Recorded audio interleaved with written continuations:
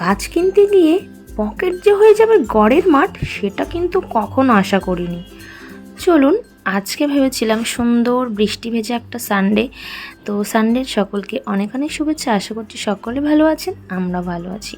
তো মন তো ফুরফুরে করে গিয়েছিলাম নার্সারিতে। ভেবেছিলাম কিছু ইনডোর প্লান্ট নেব, কিছু ফুলের চারা নেব। আমার কিন্তু গাছ লাগানোর ভীষণ শখ। আপনারা যারা কমেন্ট করবেন তারা অবশ্যই জানাবেন আপনাদের কি এমন শখ আছে। তো যাই হোক, গিয়ে দাম শুনলাম চক্ষু তো চড়ক গাছ। আরে বাপরে বাপ, এত ছোট ছোট গাছের এত দাম! আমার তো সাধ্যেরই বাইরে বাবা। আপনাদের ওখানে কি এত দাম বলুন তো, কমেন্টে কিন্তু জানাতে বলবেন না। এই যে রোজটা দেখছেন, দারুণ লাগছে, কিন্তু এর দাম শুনে আমার মাথা তো চক্ষু চড়ক গাছ হয়ে গেল, চোখটা তো একদম ঘুরে গেল।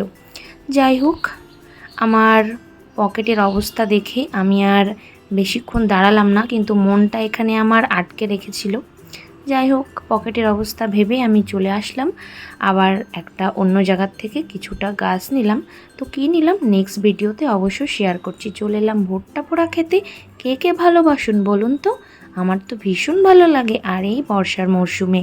তারপরে চলে এলাম একটা অবাস্তব জিনিস দেখতে। এটা কিন্তু আমি আজ পর্যন্ত দেখিনি, আপনারা দেখেছেন? এই দেখুন, গ্রিন কালারের ইয়েলো কালারের ড্রাগন। বাস, তো বললাম চলো তো নিয়েই নি একটা, কেমন হয় খেতে। খেয়ে অবশ্যই নেক্সট ব্লগে কিন্তু শেয়ার করব, দেখতে ভুলবেন না।